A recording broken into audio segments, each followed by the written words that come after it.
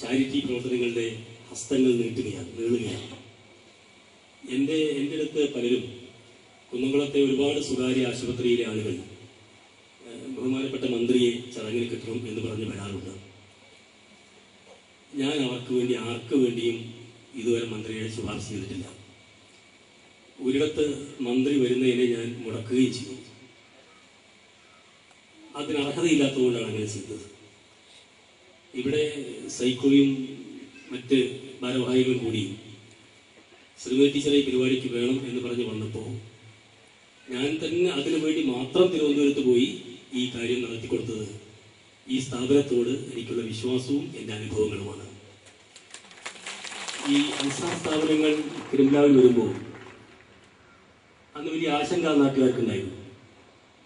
ജമാഅത്തെ ഇസ്ലാമി ഇതാ ഇവിടെ ചുവടുറപ്പിക്കാൻ പോകുന്നു, എന്തൊക്കെയോ പ്രശ്നങ്ങൾ ഉണ്ടാകാൻ പോകുന്നു, ഇതെന്തോ ഒരു ഭയങ്കര സംഘടനയാണ് എന്നൊക്കെ പല ആക്ഷേപങ്ങളും അന്നും പലപ്പോഴും പറഞ്ഞു കേട്ടിട്ടുണ്ട്. പക്ഷെ എൻ്റെ അനുഭവം, ഞങ്ങളുടെ നാട്ടുകാരുടെ അനുഭവം, ജമാഅത്തെ ഇസ്ലാമിയുടെ വൈവിധ്യമാർന്ന പ്രവർത്തനങ്ങൾ എന്തൊക്കെയെന്ന് എനിക്കറിഞ്ഞുകൂടാ.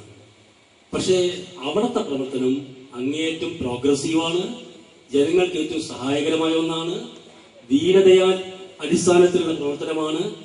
ആ ട്രസ്റ്റിന്റെയും അവരുടെ മറ്റു പ്രവർത്തനങ്ങളും എല്ലാം അങ്ങേയറ്റം സാധിക്കപ്പെടേണ്ടതാണ്. പരാമർശിക്കപ്പെട്ട അല്ലെങ്കിൽ ഉന്നയിക്കപ്പെട്ട ഒരാശങ്കയ്ക്കും എന്തെങ്കിലും ഒരു അടിസ്ഥാനമുണ്ട് എന്ന് എനിക്ക് തോന്നിയില്ല. നിരവധി വർഷങ്ങളായിട്ട് ഈ അൻസാർ സ്ഥാപനവുമായി എനിക്ക് ബന്ധമുണ്ട്. സൈക്കോ സാറുമായിട്ട് എനിക്കുള്ള ബന്ധം, ഞാൻ അദ്ദേഹത്തിന്റെ ലേഖനങ്ങൾ വായിച്ച അദ്ദേഹത്തിന്റെ ആരാധനായ ആളാണ്. ആ ലേഖനങ്ങൾ ലിബിയയിലിരിക്കുമ്പോഴാണ്, ലിബിയൻ അനുഭവങ്ങൾ അതൊക്കെ എഴുതുന്ന കാലത്ത് അന്നത് ലിബിയയിലാണ്. ആ സമയത്ത് ഞാൻ വളരെ കുട്ടിയായിരുന്നപ്പോൾ അദ്ദേഹത്തിന്റെ അടുത്ത് പോയിട്ടുണ്ട്. അദ്ദേഹത്തോട് ലേഖനങ്ങൾ ചർച്ച ചെയ്യാൻ വേണ്ടി പോയിട്ടുണ്ട്. അദ്ദേഹം അത് ശ്രദ്ധിക്കപ്പെടണമെന്നൊന്നുമില്ല, പക്ഷെ അത്രയേറെ എനിക്കിഷ്ടമായിരുന്നു അദ്ദേഹത്തിന്റെ രചനകൾ. ഒരെണ്ണം പോലും വിടാതെ അതൊക്കെ വായിക്കാറുള്ള ആളാണ്. ഒരു പക്ഷേ ശാസ്ത്ര നോവൽ രംഗത്തേക്ക്, ശാസ്ത്ര മനസ്സിന്റെ വൈവിധ്യമാർന്ന വ്യാപാര മേഖലകളിലേക്കൊക്കെ വായിക്കാൻ വേണ്ടി എന്നെ പ്രേരിപ്പിച്ചതും തുടക്കം കുറിച്ചതുമൊക്കെ ആ ലേഖനങ്ങളാണ്. അതിനുശേഷം ഞാൻ ആ മേഖലയിലേക്ക് ഒരുപാട് വായിച്ചു പോകാൻ ശ്രമിക്കാറുണ്ട്. ആ ഒരു വലിയ ബഹുമാനവും ആരാധനയും എനിക്ക് അദ്ദേഹത്തോടുണ്ട്.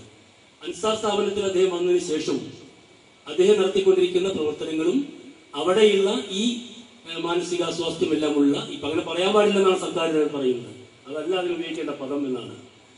അത്തരം ആളുകളെയൊക്കെ സഹായിക്കാൻ വേണ്ടി പ്രവർത്തനങ്ങളും ഏറ്റവും ശ്ലാഘനീയമാണ്, ഏറ്റവും മാതൃകാപരമാണ്. അത് ഇവിടെ പ്രതാപൻ പറഞ്ഞ പോലെ മഹാമനസ്കരായിട്ടുള്ള ആളുകളുടെയൊക്കെ വലിയ സഹായമൊന്നും അവർക്ക് കിട്ടിയിട്ടല്ല അവരവിടെ ചെയ്യുന്നത്. പക്ഷെ എങ്കിലും ഏറ്റവും സ്തുത്യർഹമായ രീതിയിൽ ചെയ്യുന്ന പ്രവർത്തനങ്ങളുണ്ട്. അതുകൂടി എല്ലാം പരിഗണിച്ചുകൊണ്ടാണ്. ഇതിന്റെ നടത്തിപ്പുകാരായ കുറെ ആളുകളെ ഒന്നും ഞാൻ പരിചയമില്ല, പക്ഷെ എനിക്ക് നല്ലപോലെ പരിചയമുള്ള ധാരാളം ആളുകളുണ്ട്. അവരുടെ എല്ലാം അനുഭവങ്ങൾ വെച്ചുകൊണ്ടാണ് ടീച്ചറോട് ഞാൻ നിർബന്ധപൂർവ്വം ഇവിടെ പങ്കെടുക്കണമെന്ന് പറഞ്ഞത്. എന്നിട്ട് ഇപ്പോഴാണ് ടീച്ചർ അറിഞ്ഞിട്ട് എന്നോട് വിളിച്ച് ചോദിച്ചത്, ഇത് ബാബുവിന്റെ മണ്ഡലമല്ലല്ലോ, പിന്നെ എങ്ങനെയപ്പോൾ എന്താണ് ഇത്ര താല്പര്യം എന്ന് ചോദിച്ചപ്പോൾ ഞാൻ വീണ്ടും പറഞ്ഞത്, ഇത് നിങ്ങൾ വരണം, ഇത് അങ്ങനത്തെ ഒരു സ്ഥാപനം. എന്തായാലും ഞാൻ ദീർഘിപ്പിക്കുന്നില്ല. വളരെ സന്തോഷത്തോടു കൂടി ഈ സ്ഥാപനം ഈ നാട്ടിന് സഹായകരമാവട്ടെ എന്ന് ഞാൻ ആശംസിക്കുന്നു. രോഗം വന്നാലും രോഗം വന്നില്ലെങ്കിലും മനസ്സിന്റെ പ്രവർത്തനങ്ങൾക്ക് ഒരു ചിട്ടയുണ്ടാക്കാൻ ഒരു പക്ഷേ ഈ സ്ഥാപനത്തിന് സാധിക്കുമെന്ന് ഞാൻ പ്രതീക്ഷിക്കുന്നു. അത്രയേറെ വേവലാതികളുള്ള ഒരു കാലത്താണ് നമ്മൾ ജീവിക്കുന്നത്. ഇപ്പോഴും ഈ ഇതിന്റെ പ്രവർത്തനങ്ങളും പിന്നെ ജമാഅത്തെ ഇസ്ലാമി നടത്തുന്ന പ്രോഗ്രസീവായിട്ടുള്ള പ്രവർത്തനങ്ങളുമൊക്കെ എനിക്ക് ഏറ്റവും താല്പര്യമുണ്ടാവാൻ കാരണം പ്രധാനമായിട്ടും നമ്മൾ അതിവേഗത്തിൽ അത്ഭുതകരമായ ശാസ്ത്ര നേട്ടങ്ങൾ നേടിക്കൊണ്ടിരിക്കുന്ന കാലത്താണ് ജീവിക്കുന്നത്. ശാസ്ത്രം അമ്പരപ്പിക്കുന്ന വേഗതയിലാണ് മുന്നോട്ട് പോകുന്നത്. ആ അമ്പരപ്പിക്കുന്ന വേഗതയിൽ മുന്നോട്ട് പോകുന്ന ശാസ്ത്രത്തെ ഏറ്റവും നന്നായി പഠിക്കാനും വിലയിരുത്താനും വേണ്ടി ശ്രമിക്കുന്നവരാണ് ഇവർ എന്നതാണ് ഇവരെ മറ്റുള്ളവരിൽ നിന്നെല്ലാം വ്യത്യസ്തമാക്കുന്നത് എന്ന് എനിക്ക് തോന്നുന്നു. ഈ അടുത്ത കാലത്ത് വായിച്ച ഒരു പുസ്തകത്തിൽ ഐസ് 196 സെൽഷ്യസ് എന്ന് പറഞ്ഞ പുസ്തകത്തിൽ പരാമർശിക്കുന്നത് പോലെ ഇപ്പോ ശാസ്ത്രം പോകുന്ന ഒരു വഴിക്കാണ് അതിന്റെ പരീക്ഷണങ്ങൾ പോകുന്നെങ്കിൽ അമ്പരപ്പിക്കുന്ന അത്ഭുതകരമായ അവസ്ഥയിലേക്ക് ഈ ലോകമെത്തും. ഹൃദയത്തിന്റെ സ്തംഭനം നിലച്ചാൽ മനുഷ്യൻ മരിക്കും എന്ന സങ്കല്പത്തിന്റെ അപ്പുറത്തേക്ക് തലച്ചോറിൽ അല്പം ചില കോശങ്ങൾ മാത്രം ബാക്കിയുണ്ടെങ്കിൽ ഹൃദയം സ്തംഭിച്ചാലും ജീവൻ നിലനിർത്താൻ വേണ്ടി കഴിയും എന്ന ശാസ്ത്ര നേട്ടത്തിലേക്ക്, അങ്ങനെയുള്ള ഒരു ശാസ്ത്ര നേട്ടം ഒരു 40-45 വർഷത്തിനുള്ളിൽ ഈ ലോകം നേടാൻ പോകുന്നു എന്ന് വിശ്വസിച്ച് സ്വന്തം ശരീരങ്ങൾ സൂക്ഷിച്ചു വയ്ക്കുന്ന ധനാഢ്യന്മാരുടെ ഈ കാലത്ത് ഒരിക്കൽ ആ ശാസ്ത്രം നടപ്പിലായാൽ എനിക്ക് എന്റെ സ്വന്തം ബോഡിയിൽ തിരിച്ചു വരാൻ കഴിയും എന്ന് പ്രതീക്ഷിക്കുന്നവരുടെ അംഗസംഖ്യ വർദ്ധിച്ചു വരുന്ന ഇന്നത്തെ കാലത്ത് പലതിനെയും പല തത്വശാസ്ത്രങ്ങളെയും അട്ടിമറിക്കാൻ പോകുന്ന നേട്ടമാണിത്.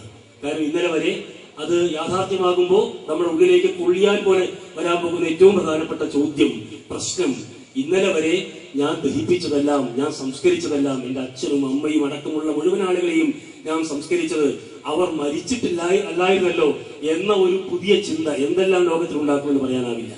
ആ ശാസ്ത്ര നേട്ടങ്ങളുടെ കാലത്ത് അതിനൊപ്പം സഞ്ചരിക്കാനും അതിനെ ഏറ്റവും നല്ല രീതിയിൽ സ്വന്തം തത്വശാസ്ത്രത്തെ ലയിപ്പിക്കാനും വേണ്ടി ശ്രമിക്കുന്നവരാണ്.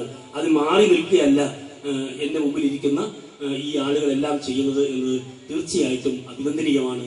ഞാൻ നിങ്ങളുടെ എല്ലാ പ്രവർത്തനങ്ങൾക്കും പിന്തുണ വാഗ്ദാനം ചെയ്യുന്നു. തുടർന്നും എല്ലാ സഹായ സഹകരണവും ഉണ്ടാകും എന്ന കാര്യം ഞാൻ ഉറപ്പ് നൽകുന്നു. നിങ്ങൾക്ക് എല്ലാ നന്മകളും നേരുന്നു. സന്തോഷത്തോടു കൂടി ഇതിന്റെ പുരുഷ വാർഡ് ഉദ്ഘാടനം ചെയ്താൽ നിങ്ങളെ അറിയിക്കുന്നു. ശ്രീ ബാബു എം പാലിശ്ശേരി MLA അവർക്ക് ഇന്ത്യൻ സൈക്യാട്രിക് സൊസൈറ്റി മുൻ പ്രസിഡന്റ് ഡോക്ടർ ജെയിംസ് ആന്റണി അദ്ദേഹത്തെ സ്നേഹാദരപൂർവ്വം ക്ഷണിക്കുന്നു.